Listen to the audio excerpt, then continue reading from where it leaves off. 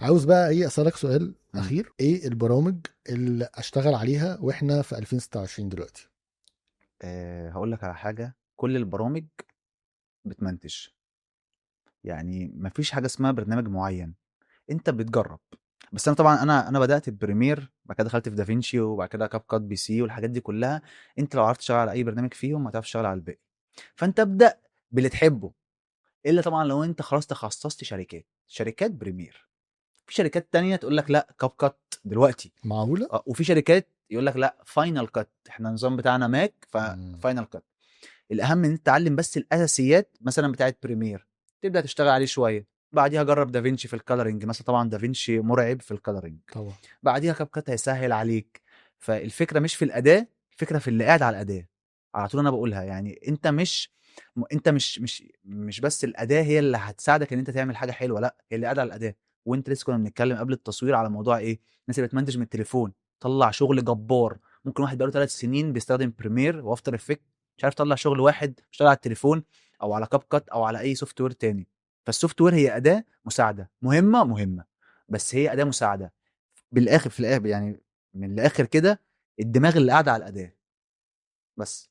حلو قوي. يعني انا اتعلم كله بيزكس علشان لو جالي الفرصه ما تروحش مني. اه بس تعلم اساسيات، مثلا اول حاجه البيزكس اه. بتاعت مثلا بريمير. اه. وبعديها ابدا بقى شوف البرامج التانية وشوف ايه هترتاح اشوف اكتر. بتعمل ايه، اصل انا برضو بشوف ان مثلا كاب كات بيعمل حاجات مش موجوده في بريمير.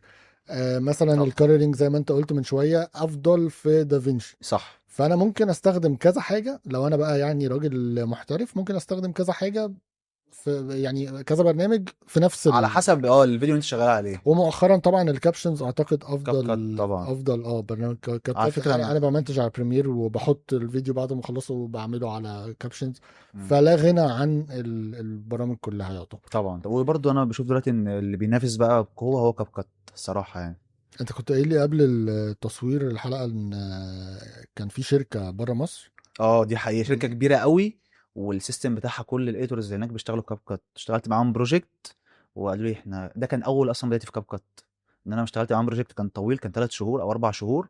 وقالوا لي احنا السيستم بتاعنا كاب كات، فسبت بريمير واشتغلت على كاب كات معاهم. كاب كات مرعب بجد، في حاجات قوية قوي يعني، لا غنى عن التانيين طبعا. مم. بس لا كاب كات مرعب، وفي حاجات قوية قوي الصراحة يعني. كنا بنهاجمه كاب كات يعني انا زمان كنت بتريق على اللي بيشتغل عليه، دلوقتي انا بقيت اشتغل عليه اغلب الشغل.